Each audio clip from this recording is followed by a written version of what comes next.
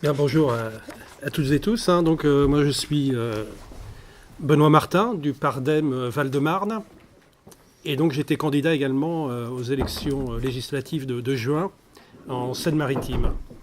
Je crois que beaucoup d'entre nous ont bien vu pendant cette campagne électorale des législatives qu'il y avait des luttes dans les villages et dans les villes autour de la défense des services publics, les écoles ou les classes dans les écoles, les hôpitaux ou certains services dans les hôpitaux, des bureaux de poste, etc., etc. Donc les luttes locales existent, elles sont en ordre dispersé malgré tout. Ça n'empêche pas que localement, ici ou là, on peut gagner. Il y a des luttes locales gagnantes. Voilà, notamment sur tout ce qui touche aux accueils physiques dans les services publics, la proximité entre les usagers, la population, et les services publics. Mais je vais vous parler de la mobilisation sociale plus générale sur les grands enjeux. Et il faut bien voir que cet automne a démarré quand même une mobilisation contre les ordonnances Macron. Ça fait suite à la loi El Khomri, déjà, qui avait été adoptée l'année dernière, en 2016. La loi El Khomri s'est quand même heurtée à une résistance extrêmement importante dans notre pays. Moi, personnellement, j'ai participé à 19 manifestations contre la loi El Khomri. Voilà, donc c'était quand même pas rien, en tant que militant de la CGT. Et donc, voilà, ça n'a pas permis de gagner. Il y a eu 3 fois le recours au 49.3 pour imposer une loi extrêmement impopulaire. On peut dire que cette loi impopulaire, a été gagnée vraiment au forceps par une autorité de l'État qui gouverne contre son peuple. Et donc, voilà, c'est quand même quelque chose d'assez préoccupant, d'autant plus que pendant le quinquennat Hollande, on avait eu quand même, concernant le Code du travail, concernant les lois sociales, pas mal de très mauvais coups. Une loi Sapin qui avait notamment supprimé les élections prud'homales. Après, il y avait eu la loi dite de sécurisation de l'emploi, ensuite la loi Macron, après la loi Rebsamen, enfin la loi El Khomri. Et puis donc cette année, nous avons donc les ordonnances Macron qui réforment vraiment en profondeur le Code du travail. Donc, et nous en reparlerons demain d'ailleurs lors d'un atelier. Alors, ce qu'on peut dire quand même, c'est que ça fait quand même pas mal d'années qu'on n'a pas gagné sur un grand enjeu comme ça national. Depuis 2006, il y avait eu quand même la bataille contre le contrat première embauche, le CPE, en 2006, qui avait donné lieu à une grande mobilisation générale des organisations syndicales, de partis politiques, d'associations, enfin d'organisations de jeunes. Et donc, à l'époque, nous avions conduit le gouvernement à ne pas appliquer le CPE. Depuis, il y a eu au moins 2 grandes mobilisations sociales. 2010 contre les retraites, c'était sous Sarkozy. Et donc, je viens de le dire, 2016 contre la loi travail, la loi El Khomri. Et donc, il faut bien dire que malgré les fortes mobilisations, le mouvement social n'a pas été en mesure de gagner. Alors là, on est engagé dans une lutte contre les ordonnances Macron. Il y a eu de premières mobilisations au niveau national, interprofessionnel, mais avec une CGT un peu seule, même s'il y avait également Solidaire dans le coup. Donc c'était le 12 septembre, la première riposte. Ça avait été annoncé en début d'été, donc il y a eu le temps de préparer cette mobilisation du 12 septembre, avec pas mal de monde dans les rues. Des manifestations étendues ici ou là à Force ouvrière, à FSU, à l'UNEF, voire à d'autres. On a continué le 21 septembre.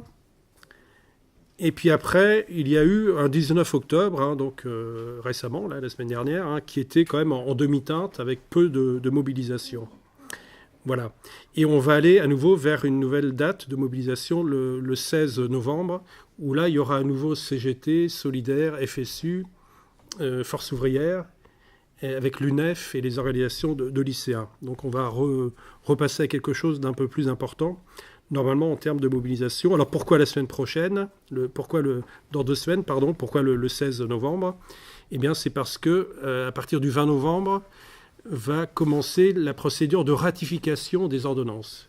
Vous savez, ces ordonnances ont été votées cet été par le Parlement. La loi est datée du 15 septembre, la date où elle a été promulguée et inscrite au journal officiel. Ensuite, ça n'a pas traîné. Le 22 septembre, ça a été signé en direct, d'ailleurs, devant les caméras de télévision par le président de la République. Mais là, ce n'est que la deuxième étape. Donc, il y a une loi d'habilitation, il y a une signature des ordonnances. Alors, les ordonnances s'appliquent aujourd'hui, mais elles n'ont pas valeur de loi, pas encore, tant qu'il n'y a pas eu une loi donc de transposition de la loi, ce qui va se produire à partir du 20 novembre. Donc voilà un petit peu où on en est. C'est assez compliqué parce qu'il y a une division syndicale, parce que plus grand monde ne croit en plus aux arguments présentés par le MEDEF et par le gouvernement, comme quoi cette nouvelle loi sur le travail permettra de lutter contre le chômage et permettrait de simplifier le code du travail. Ça, je crois que pas grand monde n'y croit. C'est une vieille propagande, mais bien entendu, on sait bien que le détricotage de la protection des travailleurs n'a jamais créé le moindre emploi. Ça, c'est une fable. C'est faux en théorie et c'est faux en pratique. Ça n'a jamais existé nulle part. Et puis en même temps, simplifier le code du travail. Vous vous souvenez, même pendant la loi El Khomri, puis encore ces derniers mois, il y a des experts qui sont venus à la télé nous montrer l'épaisseur du code du travail, comme si c'était un problème. Mais en fait, les lois successives épaississent toujours un peu plus le code du travail. C'est ça qui se passe en réalité. Alors qu'un groupe d'universitaires conduit par Emmanuel Docès, il n'y a pas très longtemps, a réussi l'exploit à rédiger un code du travail dont le volume était réduit de 2 tiers, c'est-à-dire que ça faisait plus qu'un tiers du code du travail actuel. Et c'était un droit non seulement constant, mais même un droit en progrès pour les travailleurs. Voilà, donc ce n'est pas une question de taille du code du travail. Tout ça, c'est évidemment de l'enfumage. Alors, je vais continuer mon exposé en vous parlant des organisations syndicales en France, parce qu'on ne peut pas comprendre la mobilisation sociale sans faire un petit zoom sur l'état du syndicalisme. Donc, moi, il me semble qu'il y a 11 caractéristiques que j'ai pu relever qui montrent les difficultés, la crise du syndicalisme. On est dans une société en crise et il existe également une crise du syndicalisme. Alors, une des premières raisons, je pense que c'est le déclin industriel qui se produit depuis plusieurs décennies. Ensuite, je pense que c'est le chômage de masse, mais ce n'est pas seulement le chômage de masse qui est facteur de crise, c'est le fait que les organisations syndicales n'arrivent pas à l'appréhender et à l'expliquer sérieusement, cette question du chômage de masse. Un troisième point, c'est ce qui s'est passé depuis les années 80, la privatisation, déréglementation des services publics en réseau, donc qu'il s'agisse de l'eau potable, des télécommunications, de la poste, de l'énergie, du transport aérien, etc. Les entreprises publiques, voire des administrations, ou éventuellement des établissements publics où il y avait une vraie force syndicale, tout ça a été attaqué, le monopole est parti. Et voilà, la déréglementation est arrivée, et donc il y a un recul du syndicalisme dans un certain nombre de bastions syndicaux. Une troisième caractéristique. Une quatrième caractéristique que je vois aux difficultés, c'est un certain nombre de tabous dans le syndicalisme. On n'arrive pas à parler de la question du protectionnisme. Et pourtant, quand même, lorsqu'il s'était agi qu'il y ait, pourquoi pas, une loi Florange dans notre pays, pour protéger l'emploi industriel, quand même, les syndicats avaient été impliqués dans cette affaire-là. Mais de là parler de protectionnisme, on sent bien que c'est un sujet tabou, car ce serait un repli, une fermeture des frontières, et qu'il y a un tabou autour de ça. Autre tabou, c'est la question du monopole public. Je parlais tout à l'heure des services publics en réseau. Revenir à des monopoles publics, moi, ça me semble extrêmement nécessaire et extrêmement moderne, mais ce n'est pas pris en compte par le syndicalisme. C'est un sujet tabou, là aussi. Et puis enfin, les questions monétaires, qui ont été pas mal abordées ce matin lors de l'exposé de Jacques Nikonov. Les questions monétaires ne font pas partie de la boîte à outils syndicale. On ne parle pas de politique monétaire, ça n'existe pas, parce qu'il n'y a qu'une seule politique possible. Et ça, c'est quand même dramatique, hein, de ne pas pouvoir aborder ces questions-là. Alors, ça m'amène à une cinquième caractéristique, qui est celle de l'adhésion du syndicalisme en France à l'Union européenne. Alors, les syndicats ne sont pas membres de l'Union européenne, ils sont membres de la CES, mais la CES roule avec l'Union européenne, et donc aussi bien la CFDT que la CGT, Force ouvrière, la CFTC, l'UNSA, hein, donc 5 organisations, sont membres de la CES.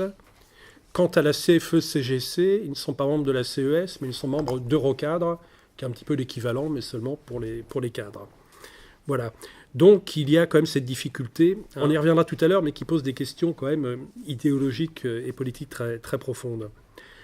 Sixième facteur, sixième caractéristique que je vois, moi, c'est la question des effets, on peut dire 9 ans après, de la loi du 20 août 2008, qui a redéfini les questions de représentativité syndicale et des conditions d'exercice du syndicalisme dans les entreprises privées. Voilà, il faut bien voir qu'au bout d'un double cycle électoral, 2 fois 4 ans, on aboutit quand même à un tassement du score de la CGT, la CFDT qui est passée première, voilà, et puis donc une recomposition et surtout une définition dans chaque entreprise de la représentativité syndicale qui après est ascendante et additionnée au niveau des branches, au niveau interprofessionnel, etc. Alors qu'avant, ce qui existait pour mesurer la représentativité des syndicats, c'était les élections prud'homales. Mais les élections prud'homales ont été supprimées par le gouvernement socialiste. Donc voilà, vous voyez un petit peu la difficulté. Et donc, parce que cette loi, quand même, du 20 août 2008, pose des problèmes d'implantation dans les entreprises. Il est beaucoup plus difficile de désigner un délégué syndical dans les entreprises depuis cette loi. Et donc, c'est un frein à l'implantation syndicale. Sauf dans les boîtes où des syndicats maison se mettent en place. Ou alors des syndicats qui ont pignon sur rue, mais qui sont de fait des syndicats maison. Une septième caractéristique que je vois, c'est la stagnation du nombre de syndiqués. Alors, historiquement, c'est une baisse qui s'est stoppée depuis une quinzaine d'années. Depuis une quinzaine d'années, il y a environ 3 millions de syndiqués en France, ce qui fait à peu près 7% de la population active. Donc 3 millions, c'est peu. Dans les années 1950, c'était 30% du salariat qui était syndiqué. Donc on voit bien que plus il y a eu d'organisations syndicales, plus il y a eu de divisions syndicales, moins il y a eu de syndiqués. Alors, ce n'est pas seulement la division syndicale qui porte à cette réalité, c'est aussi l'éclatement du salariat. Et là, c'est le 8e facteur dont je voulais parler, c'est l'éclatement du salariat, la sous-traitance, les micro-entreprises, voilà, tout un tas de phénomènes. L'ubérisation, dont on parle pas mal depuis quelques années, qui conduisent en fait, les grosses entreprises à avoir un syndicalisme affaibli, puisque beaucoup de travailleurs sont dans la sous-traitance, et une quasi-impossibilité, ou encore une grande difficulté à s'implanter dans la sous-traitance. Et donc voilà, ça pose de réels problèmes. 9e caractéristique, et d'ailleurs j'ai commencé par ça tout à l'heure, c'est le fait qu'il y a des victoires locales. Il y a des luttes quand même dans notre pays. Il y a des luttes dans des boîtes, des luttes sur les salaires, des luttes sur l'amélioration des conditions de travail, des luttes un peu défensives sur l'emploi. Et il y a, pas toujours, mais il y a des victoires. Voilà, mais elles sont toujours locales ou sectorielles.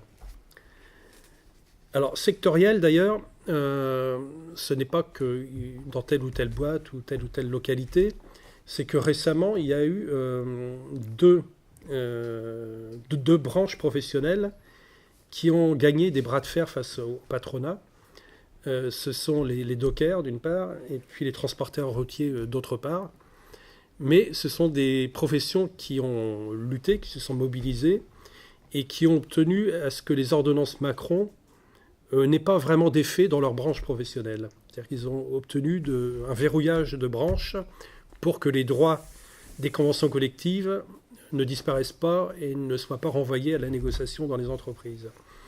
Alors, ce qui est un petit peu embêtant, c'est que ces deux branches professionnelles, donc transporteurs routiers et dockers, c'est que maintenant qu'ils ont gagné chez eux, on les retrouve beaucoup moins dans la lutte tous ensemble.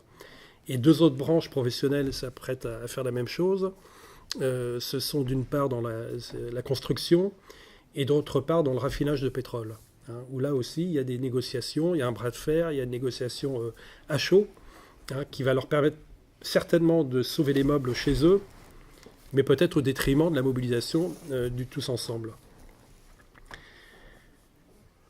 Alors, oui, je disais que d'entrée de jeu, je l'ai dit également, une dixième caractéristique, c'est que quand même, il n'y avait pas de victoire d'ensemble depuis 2006, et ça pèse quand même sur le fait de croire qu'on peut gagner, sur l'espoir, sur la réalité de, voilà, on se bat pas pour se battre, mais on se bat pour gagner. Donc là, c'est quand même quelque chose qui pose problème. Et puis enfin, oui, le 11e point, c'est la division syndicale, qui, c'est pas des histoires de part de marché entre telle ou telle organisation syndicale, c'est qu'il y a des désaccords politiques, idéologiques, qui remontent à très très loin. C'est-à-dire toute la recomposition syndicale qui a eu lieu au fil des décennies, eh bien, c'est le produit de l'histoire. Il y a eu des recompositions au lendemain de la Première Guerre mondiale, qui était aussi le moment de la Révolution d'octobre, quand on fête les 100 ans. Ça a fait un grand chamboulement syndical à l'époque. Après, il y a une CGT qui s'est divisée, qui s'est réunifiée en 1936. Ça a eu des effets extrêmement positifs. Et puis au lendemain de la Seconde Guerre mondiale, plein de syndicats ont été créés. Il y a eu la scission FO-CGT. La CNT a été créée à ce moment-là, la CGC également. Bon, un peu plus loin, un peu plus tard, il y a eu la scission de la CFTC, où il y a eu la création de la CFDT en 1964. Et puis après, dans les années Mitterrand, alors là, ça a été une Fédération de l'Éducation nationale, totalement discréditée, mais ça a permis de créer la FSU. Il y a eu également la création des syndicats Sud solidaires pendant les années Mitterrand. Voilà, qui sont issus notamment d'anciens militants de la CFDT, mais pas uniquement. Voilà, donc une situation très éclatée, très compliquée, c'est le fruit de l'histoire, c'est souvent de la recomposition syndicale a toujours des raisons politiques, et donc c'est peut-être pas fini d'ailleurs, le syndicalisme peut continuer à se recomposer. Alors, dans le Monde diplomatique de juin 2017, il y avait un article qui était surtitré « De l'idéal autogestionnaire au culte du compromis » et dont le titre était « CFDT, un syndicalisme pour l'ère Macron ». Voilà. Donc, je crois que ça dit pas mal les choses, rien que dans ce titre. Effectivement, la CFDT, mais il n'y a pas que, quand même, la CFDT est entrée dans une ère d'accompagnement et puis également dans une adhésion au discours autour du discours de la compétitivité. Et ça ne date pas que de cette année, ça date en particulier de juin 2011, c'est-à-dire un an avant l'arrivée au pouvoir de Hollande. Il y avait eu déjà une approche partagée entre la CFDT, la CFTC, la CGC, le MEDEF et l'UPA et la CGPME, c'est-à-dire le patronat, mais également 3 syndicats de salariés dont la CFDT, une approche partagée sur la compétitivité. Et un an après Hollande arrivé au pouvoir, il y avait un rapport qui était demandé sur la compétitivité, et après ça a donné lieu à tout ce qu'on a connu sur la casse du Code du travail, et puis également sur toutes ces dizaines de milliards d'euros donnés au patronat pour qu'il crée des emplois au titre de la politique de l'offre. Et on sait bien que tout cet argent est parti dans la sphère financière, dans les profits, dans les dividendes, et certainement pas pour créer des emplois. Et donc il y a une complicité de certaines organisations syndicales qui ont pris un parti pris idéologique, mais ceci, je vous le dis, dès juin 2011.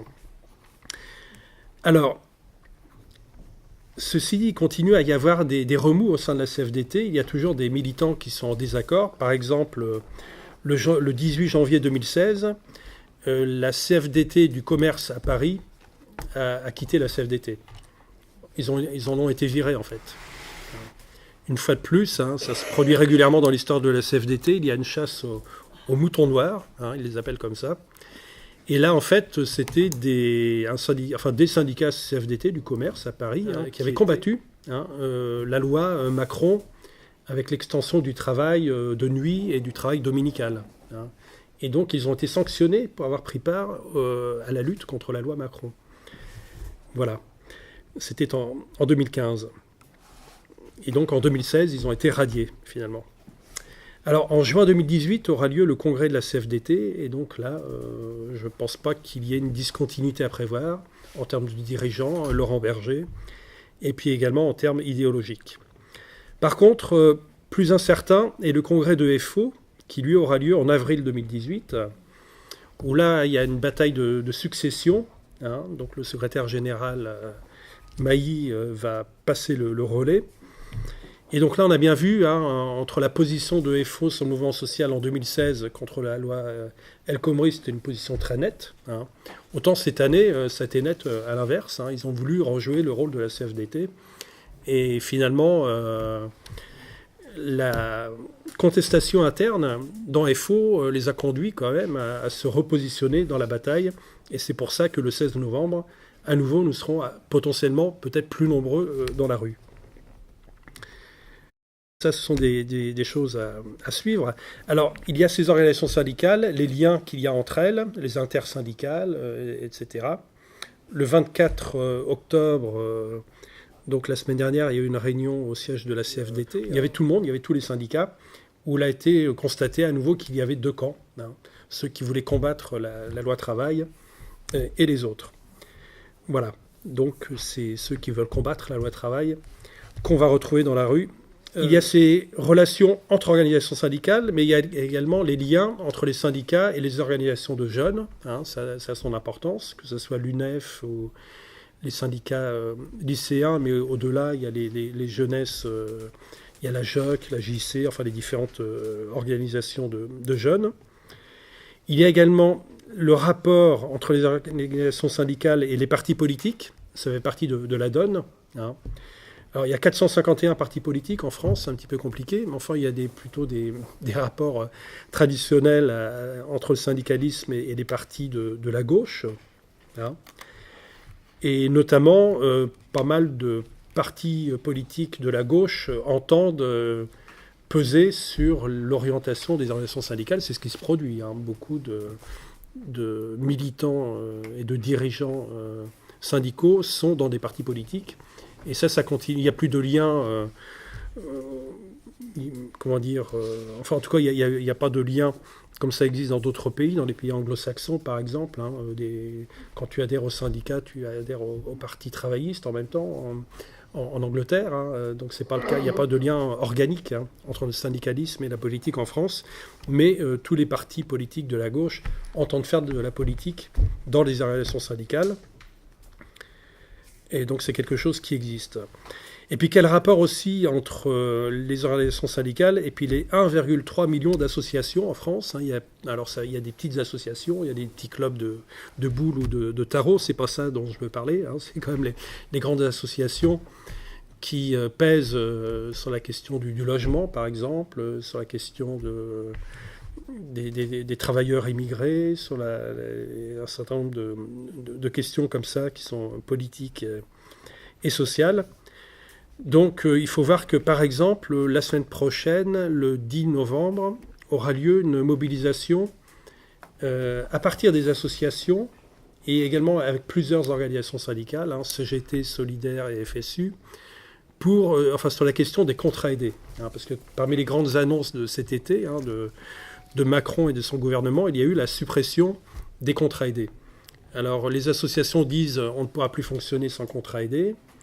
Les villes ou les départements qui emploient ou même l'éducation nationale qui emploie des contrats aidés disent nous on veut les maintenir, pas pour les embaucher, mais pour qu'il reste des contrats aidés.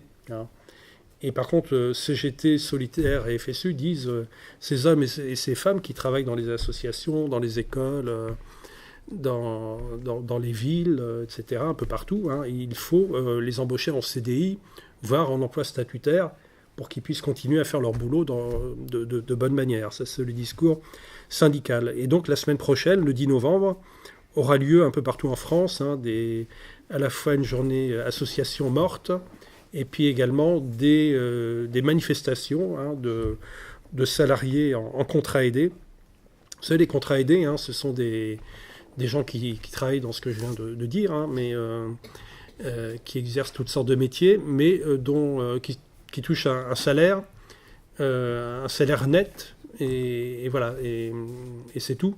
Et donc les employeurs n'ont pas à payer du tout les cotisations sociales qui sont prises en charge par l'État. Hein. Donc voilà, en fait, ces contrats aidés, ce sont des emplois peu payés, hein, au niveau du net, et pas du tout au niveau du brut, hein, je dirais, puisque c'est l'État qui prend en charge hein, les cotisations sociales. Alors voilà, donc la situation du syndicalisme est compliquée. Il y a des choix qui sont faits par certains hein, d'accompagnement, d'autres qui veulent lutter mais qui n'ont pas toujours les moyens de la lutte, en tout cas pas les moyens de gagner. Il y a une part de résignation par rapport à ce que je disais tout à l'heure, hein, 11 ans sans vraiment gagner sur un grand conflit. Voilà. Et puis il y a ce que le néolibéralisme a réussi à transformer dans les entreprises. Hein. L'idéologie, ce n'est pas que à la télé ou dans les médias, c'est aussi la communication d'entreprise, c'est aussi avoir fait passer le salarié au rang de collaborateur, d'avoir fait passer l'organisation syndicale au rang de partenaire social, d'avoir remplacé la lutte et la négociation par du dialogue social. Hein, tout ça, ces glissements sémantiques qui sont évidemment des glissements politiques qui font partie de la boîte à outils hein, du néolibéralisme. Ça se passe également, évidemment, dans l'entreprise. Voilà. Alors la contestation se heurte à quelques difficultés. Hein. Lutter, évidemment, il y a des gens qui veulent lutter, sincèrement. Il y a des syndicats, il y a des travailleurs qui mouillent la chemise pour faire augmenter la mobilisation. Mais on se heurte aussi à un phénomène de délégataire, hein, de grève par délégation. Hein. Les cheminots vont faire grève, ou les dockers vont faire grève, ou les raffineries vont faire grève. Je suis prêt, moi, à soutenir les gens qui vont faire grève, à mettre de l'argent dans la caisse de grève, dans la solidarité, mais moi-même, je ne vais pas faire grève. Hein, parce que, à quoi bon? Alors là, je pense qu'il y a un problème quand même. Je pense que les grandes victoires du monde ouvrier ont été obtenues par la grève, par des grèves résolues, organisées, et qui ont duré un certain temps. Ça, c'est une constante. Hein, ce n'est pas de l'incantation, c'est un constat. Et on a du mal aujourd'hui à convaincre un grand nombre de travailleurs, de travailleuses, à utiliser cette arme la plus redoutable qui soit, ce qui est d'arrêter de travailler, donc de produire. Hein.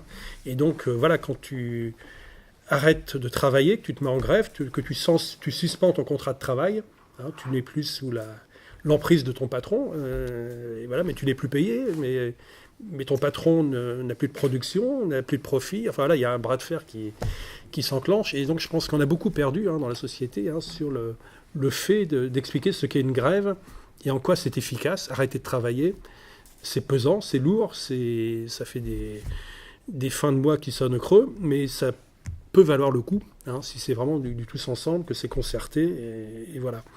Et donc ce phénomène de délégation n'aide pas. Il y a aussi l'incantation, voilà, alors là c'est des phénomènes un peu gauchistes, hein, je dirais, qui existent dans le mouvement social, qui disent grève générale, hein, comme un refrain, mais c'est pas parce qu'on l'incante que ça vient, quoi. Donc ça se construit également. Il faut de la conviction, il faut de la méthode. Voilà. Alors, qu'est-ce qui s'est construit récemment, en plus de l'intersyndicale de ceux qui veulent lutter, hein, il y a eu un front social qui s'est constitué en France. Le front social, c'est avec les anciens de Goodyear, avec les Infocom, CGT, avec des postiers qui sont chez Sud Solidaire, avec la compagnie Joli Môme, avec des anarchistes, avec quelques syndicats FSU. Voilà, il y a un front social qui s'est dit, puisque l'intersyndicale des Confédés a une telle inertie pour mobiliser, nous, on va être le front social qui va donner le là, hein, qui va donner la tonalité. Alors, je pense que c'est pas mal. Ils ont la qualité d'être combatifs, hein, d'être réactifs également, Par contre, je pense que le Front social n'entraîne pas beaucoup de monde parce que voilà, ils ont un côté impatient. Or, ça se construit, une mobilisation, et que voilà, aussi un petit côté parfois incantatoire. Voilà, donc, mais ce Front social existe. Il existe aussi un deuxième groupe, une deuxième, on va dire,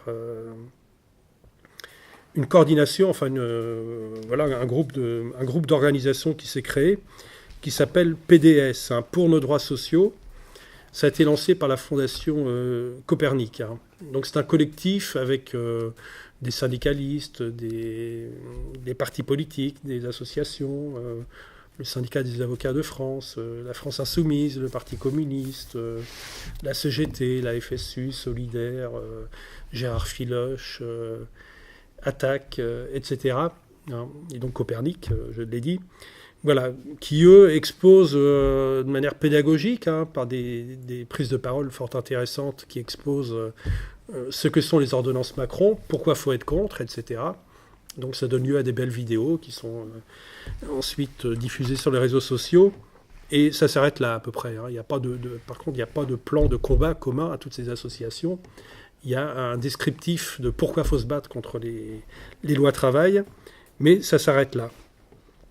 Enfin, j'ai une anecdote à vous donner quand même sur les rapports entre le politique et le syndicalisme étudiant.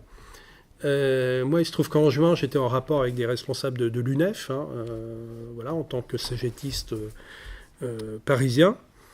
Et en septembre, c'était plus les mêmes interlocuteurs de l'UNEF. Il y en a qui sont passés à la trappe pendant l'été parce que les proches de Benoît Hamon se sont aperçus que certains dirigeants de l'UNEF étaient trop proches de Mélenchon. Et donc, il s'est passé des choses pendant l'été. Voilà. Donc, vous voyez, hein, les interactions entre le politique et le syndicalisme, ça a toujours été, et ce n'est pas prêt de s'arrêter, à mon avis. Alors, moi, je pense qu'il y a un espoir, qu'il y a un chemin, hein, qui passe par une meilleure élaboration de la stratégie des luttes. Il s'agira toujours d'expliquer, hein, de pétitionner, de manifester, mais aussi de réinvestir l'idée de grève et d'assemblée générale des salariés. Puis une fois que les salariés sont en grève, l'assemblée générale des grévistes. Hein. Ça, je crois que ça a une vertu importante, que c'est ça qui a mené aux principales conquêtes sociales dans notre pays, et partout dans le monde d'ailleurs, hein, et qu'il va falloir retravailler ces questions-là. Alors, je ne sais pas ce qu'il est possible de faire en métropole dans les mois qui viennent. En Outre-mer, c'est différent, hein, parce que vous savez, il y a quelques années, en 2009, il y a eu le LKP, hein, par exemple, en Guadeloupe. Hein. Je ne sais pas si on va faire un LKP en métropole. Hein. Est-ce qu'un collectif d'organisations syndicales, politiques, associatives aurait les moyens de définir une plateforme revendicative commune et une stratégie commune pour gagner sur ces revendications? Ce n'est pas gagné, à mon avis. Hein. Voilà. Compte tenu de ce que je disais tout à l'heure sur les freins idéologiques, hein, et la difficulté d'appeler un chat un chat.